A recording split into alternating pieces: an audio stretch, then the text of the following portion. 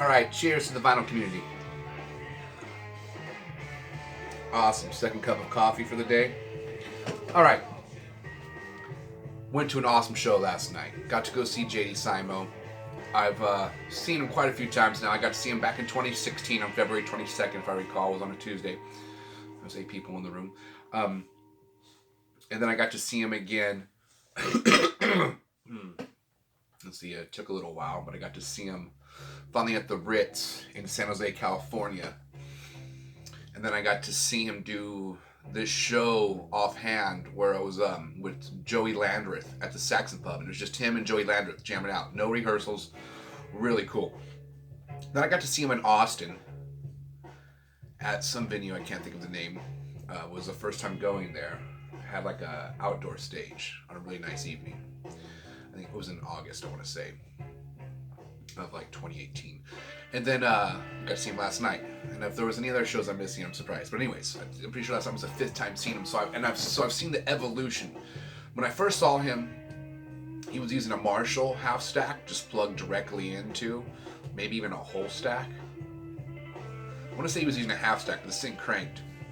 They didn't even have it mic'd up, but they had the drums mic'd, the bass mic'd, I'm pretty sure, but his amp was powerful enough where they didn't need to. And back then, his playing was a little bit, and again, this is just my analyzing his playing and just kind of seeing it, and he's a huge influence. I highly recommend listening to his music. He's an amazing guitar player. I think he's one of the best, I think he's one of the greats. And Tommy Emmanuel takes him on tour. So if Tommy Emmanuel's bringing you on tour, I pretty much that gives you, the certificate, you're badass. But the cool thing is, the first time I met him, he signed my guitar. And he's like, man, you sure you want me to sign your guitar? And I was like, yes, of course. And he signed up the back of the headstock. Super rad. But he's been the nicest, most humble person every time I've got to have the opportunity to talk with him, hang out with him for a little bit. And last night, comes walking on stage. He's like, oh, hey, you.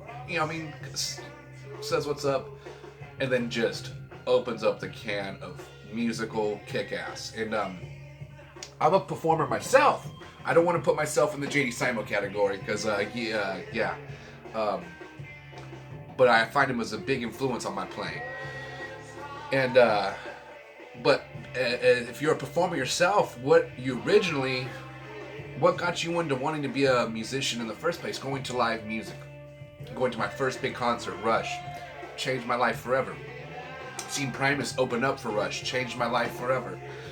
Seeing Megadeth open up for Judas Priest changed my life forever. Seeing Anderson, Buford, Wakeman, and Howe when I was a very young kid at the Shoreline Theater, and it just blew my mind. Seeing Stone Temple Pilots open up for Robert Plant and thinking, there's no way Robert Plant's going to be able to put on a good show after Stone Temple Pilots just killed it as an opening act. And Robert Plant showed why he's a legend. He came out there and fucking kicked ass. And me, even as a young kid who was so into Stone Temple Pilots at the time, realized the difference between a really good up-and-coming band to a veteran as far as performance. Changed my life forever. So, haven't been able to go to too many shows except the shows I've been playing and some local stuff, which has been great. But I haven't gotten to see, I haven't gone to a show in a couple years. I think the last show I want to say, I got to see Doyle Bramhall the second do a thing with a handful of other musicians at the Moody Theater in Austin, which was epic, but that was like a couple years ago. And so last night I got this. We knew when this was gonna happen. I remember every time JD Simo posts a tour, I'm always looking for the Texas dates. And he did a few little tours, but he finally got around to Texas this time. And knew about this, and it's really weird how the algorithm works in your phone. Sometimes your algorithm works in a good way. Just by coincidence, I seen a sponsored ad for GA20 on Instagram, and the little portion I had seen, I was like, wow, who, it had, I'm going to forget the name of the label, it had Karma Chief record label, which I knew that because I knew it's through Coal Mine Records. So I was like, was like, all right, let's check this band out. And the little clip I heard, they were playing, I want to say they were playing a portion of, it's a Hound Dog Taylor song. I'm sitting at home alone, and it was from this album, which I ended up getting, as you can see. And listen to some of the record.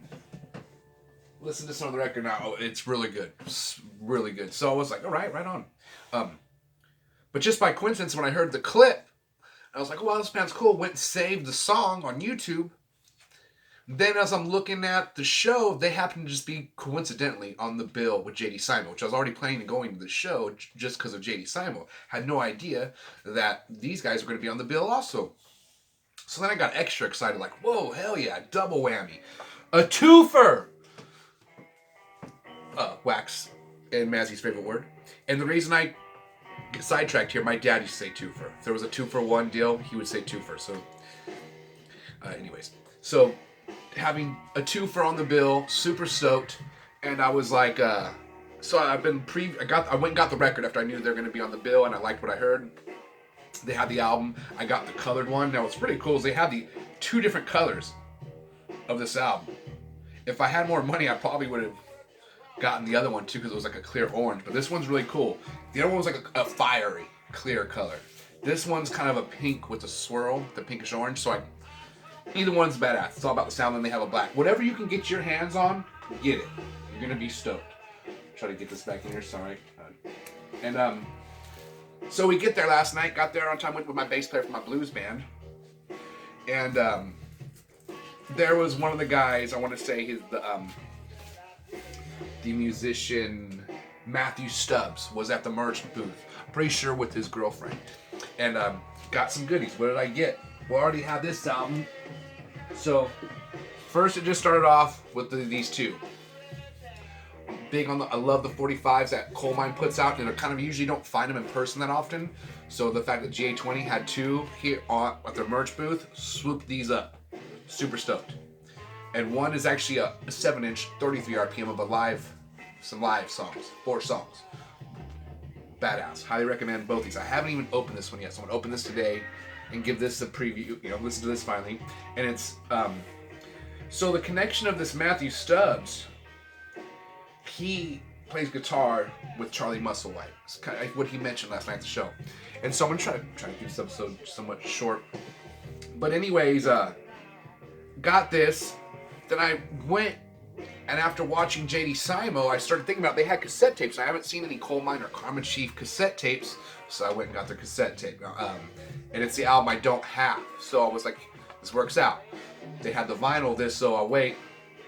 But super stoked. Have some freaking Carmen Chief, but this killer band that I got to see last night, and they really kicked butt. So we got there. I didn't know who was playing first. For some reason, they had both their amps all set up. The way they had them set up, it wasn't really like backline. Like it could have been either or who plays first. Well, it turns out JD Simo was playing first, and me and my bass player just walked up to the stage to go, make sure we got a front row before it got too packed in there, and JD Simo comes walking out, and I said, "Hey, says, what's up? Hey, you." Kicks ass. It was super awesome. It's for me. Like I said before, I'm a musician. I'm a fan, and it's crazy how playing on stage is something every musician needs. Hey, my dog is like just going, hey, it's okay, chill back. You need you something you just thrive for. You can't live without it, and you are. It's hard to explain, but it's when you play a great show with your friends, even if it's only in front of a handful of people or more, it's the best feeling in the world. Now, another feeling that's just as good as that feeling, but it's being in the crowd, and it's crazy. Going to see good live music, or even just a band you haven't heard before, local, is still awesome. Will blow you away, especially if the band that you connect with the music at the time. Hey, chill. So it's like one of those things to where great that I got to see some live music last night, and I think that's the main thing. Like, don't forget how important it is to go see live music. I know right now, with all the drama, some aren't able to do that depending where you live at. You got to be careful, all that, yes. But once you feel comfortable and things seem safe enough for you, go get your live music on. You know what I mean? And so, anyways, super awesome. Got the tape, and then I definitely was like, shit, I already have 3 JD Simo shirts. And so I was like, we got got to mix it up here. So turned into a total fanboy in about 5 seconds, I guess. But I'm all about. I love records. They're a great band. You got to support. And like the guitar player, the Matthew Stubbs, he said when they first started this band, they were in Boston doing old style Chicago blues, 50s style kind of they were shooting for, and he said that's like nobody knows, like nobody gives a shit about that style of music in Boston. So he said they're like playing wine bars through these amps that are tiny as a damn microphone. He was saying, and they're getting told to turn the fucking music down. You know what I mean? So he made a joke saying, I figured we could corner the market. You know what I mean? And in that whole year, I think we made like $400, $800, or it's all I split it. But the cool thing is, they started something and didn't give up when probably some people were like, they weren't getting probably the best response at first, even though I'm sure they were killing it when they first started it out. I know they were. I'm sure a few little rough edges maybe here and there, but they had, it probably, maybe, who knows, probably sounded almost a little more old school when they're kind of working things out. Who knows? It would have been fun to go see. I'm going to have to go look for some footage on YouTube now. But that being said, JD Simo killed it. Freaking, it's JD Simo. And that's kind of as far as being a guitar player, if I'm going on tour with JD Simo, I'm like, I'll play first, JD, just to work that out. Because JD's a beast, but he most nicest person. So I think they're co-headlining. So I think maybe they're switching each night. One plays last, And so, anyways, and so just that being said, GA20 comes out, and man, they didn't. It's one of those things when you're all home. You like when you're. It's a competition with yourself as far as you want to make sure you put on at least, if not more, better than the one you did the night before. You're not tripping about because it's a total different realm. So realistically, you're not worried about, chop wise. You just got to be yourself on stage. But your little bit of the guitar side of you, definitely for me, I was like, gosh damn, we're gonna have to, if JD Simo's playing first, oh man, I'm gonna have to fucking light the guitar on fire and jump, like dive into the drum. I'll do something a little extra. But so GA20 comes out and they're JD Simo. It's almost hard to categorize him, but it's like jam, acid rock, blues, soul, R&B. He's got it's more of an old school vibe too. Similar to GA20, but still different. And so they come out. They don't have a bass player, but they're a trio, and they kind of, the way they have it seems like the guitar is tuned low to where one almost acts like a bass player at times. But they killed it. It was a killer performance. Man, they were ripping on guitar. The Matthew Stubbs, he almost had a Roy Buchanan-esque style to where his licks were just real milky, and then a real strong Jimmy. Like if Jimmy Vaughn and Roy Buchanan had a baby, that was kind of his style last night. That was what I observed him, but his own. You know what I mean? With his own, definitely had his own unique style. But if I was trying to describe like guitar players, that reminded me of what he was doing. But killer ripping drum player, stayed in the pocket all night long, just. They all were in the pocket, just killing it. And then the singer, just have like these big old black sunglasses on. Just looks all kind of mysterious. Really didn't talk too much. Wearing all black. And again, I don't, like for me, if you don't get fancied up, or if you get I'm all whatever you're comfortable with. But I don't mind some fucking mysterious shit going on, though, to where you just add a little mystique, whatever. Maybe he's not. Maybe that's just me because I don't know him personally. But he had that about him as a singer. And then he killed it, fucking ripping on slide. A really unique tone. He had a pedal board, and I wish I should have took a picture of his damn pedal board. But he had an array of pedals to get this really old sound. It was a trip, but it was a great sound. And totally got in the groove. Was I mean, shit, I was about ready to go start taking shots. That's when I know the band's real good. I'm about ready. But I was trying not, it's a weeknight, I'm trying not to get too late on a weeknight. But if they would have kept playing, it would have happened. So anyways, killer show. I want to thank JD Simo and GA20 for putting on the performance last night that they did. It was awesome. And I recommend both the bands. Definitely go check them out. If they're on tour and they come through your area, go check them out. And so after all that, got some good, came back home, listened to this one. Oh, I put on the JD Simo album, and that's what I want to get into here. We'll segue. Here's JD Simo's new album. Picked this up last night. It's called Mind Control. It has 4 songs on side A, and then 6 songs on side B. And this album's killer. All his albums are killer. They like some bands where the next album sounds like a continuation of the first album, which I love that. That's not JD Simo. His first album to his second album to his third, fourth, completely different story, same author. And but this one, you know, I mean, I got to talk with him for a little while last night. I was trying not to, you know, I mean, just trying to make sure he was comfortable. You know, I mean, in which he was way cool. He had his pipe at the back of front of Antone's, just even though he wasn't, so we had a tobacco pipe, just chilling like straight OG. And so I don't want to talk his ear off. We could tell there was already some other guy that was really wanting to pick his brain.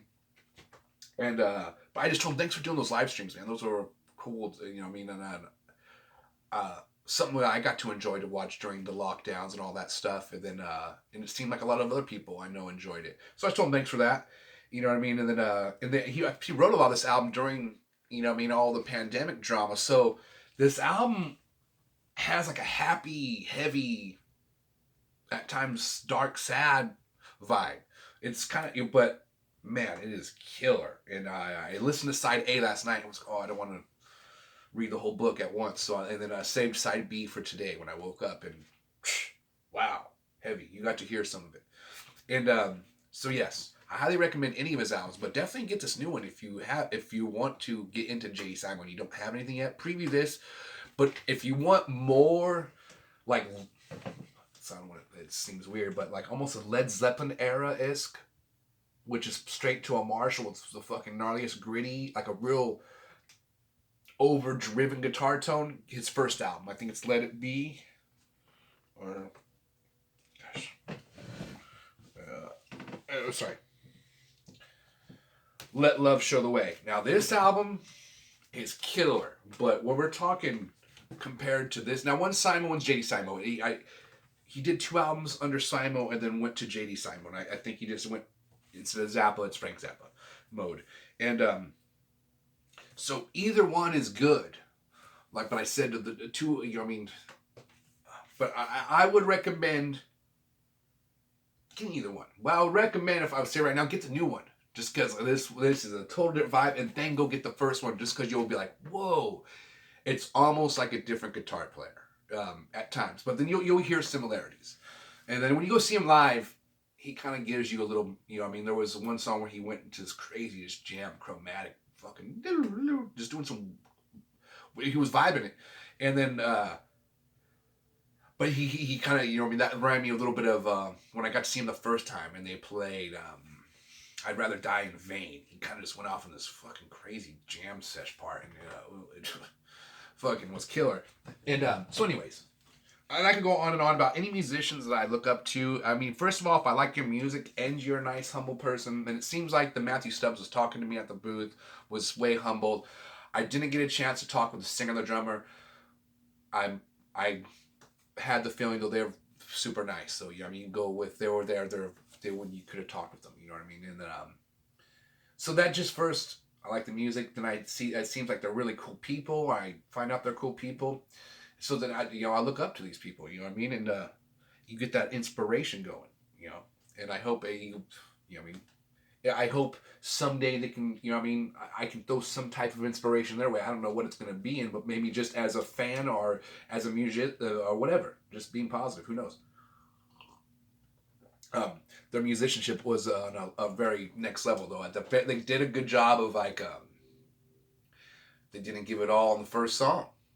You know what I mean? That was like advice I got from one of my first music teachers.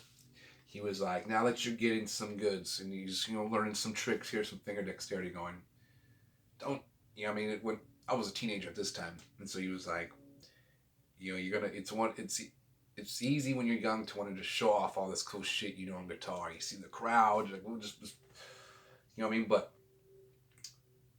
he would tell me a good performer always has something new to offer in every next song of your performance. And you can see, and then both these bands displayed that last night. I feel like if you want to see something where that really shows, watch any Stevie Ray Vaughan performance or any BB King. You'll hear some similarities, some little things, but they're adding something new to every song. And the best performance I feel like where I really had the epiphany of like just this was very obvious of seeing is Stevie Ray Vaughan live where he's playing the freaking bullfighter outfit, I think in Germany. It's an outdoor show. Not the best probably sound quality because it's recorded outside, but it's still good sound quality. But like they weren't trying to, I don't think they were trying to record it. It was just probably I think aired on TV. And but I remember one time I was at my good friend Randy, my other bass player, at a different band's house, and it was just like I remember I got there. I knew it was getting towards the end of the set, and I was like, "There's no way Stevie Ray Vaughan has something more to offer." I was already blown away, and I could see there was some time left, so I knew he had a few more songs. I'm like, "What the fuck is he gonna do?" There's no even if he repeated everything else he already done, it would have been solid. But holy shit, he just kept. All of a sudden, he's just doing some weird rhythm shit, and he's doing some weird octave run, and then the culmination of some just type of rhythm shit and phrasing he saved for the very ending that he really hadn't done, and either way, last night like the guitar player, singer, they all kind of started bringing it a little bit heavier, and at the very, very end, man, the singer looked like he was gonna rip his hand off the neck. He was giving so much vibrato to the slide, an old school slide sound, and then. The Matthew Stubb, they were just vibing. He's getting all close to the singer, getting into it. The drummer was fucking in the pocket. It was a killer show. And then at one point, the guitar player even said, "Hey, could you guys get up a little bit closer?" You know what I mean? Because there was a pretty good crowd there. You know what I mean? For a weeknight, I wish it, who knows? For a weeknight, it was good. You always want it more packed because it means the band's going to sell more merch and stuff. But we all got up and he's like, "Yeah, this feels like a show now." You know what I mean? It feels a little better now. And of course. And I was glad we got up. We got to feel the vibe. It was cool. And Antone's is one of those things, a very famous venue. And brought a guitar player up who plays with Gary Clark Jr. I can't think of the guy's name. Dude came up there and ripped some old Jimmy Reed song with the band. And then he brought this drummer up there, some old cat who's a local in Austin. This dude just ripped it on drums. I can't think of his name right now. But it was killer. Really great show. So anyways, all that cool stuff, all that fun, cool stuff being said, if you found it to be so, I had a great time. It was awesome. Thank you. So, I'm going to go take this in on my other stereo where I have my tape player. And I'm going to bump this. And you're like, Ty, did you get the new MC Hammer? No, I got the new GA20. You know what I mean? You can bump this. It's okay, right? And I thought that they had a bunch of cool shirts with catchphrases. If you don't know this is blues, you've been listening to the wrong fucking music or something really cool. My bass player got that one, but I thought this one was cool. Smoke them if you got them. Fucking GTO on there. My grandma had a GTO. I didn't get to ever see it, but my dad would tell me about it. So anyways, strange coincidence. So right on. All right, guys, stay positive. Play lots of vinyl and all that good stuff, or just listen to music in general. Grab your guitar a lot, and you know what? I got to throw maybe another play your instruments a lot, and make sure you listen to your friends well. Because sometimes you don't want to be all talk and no listen. So later, guys. I'll see you next time. Bye.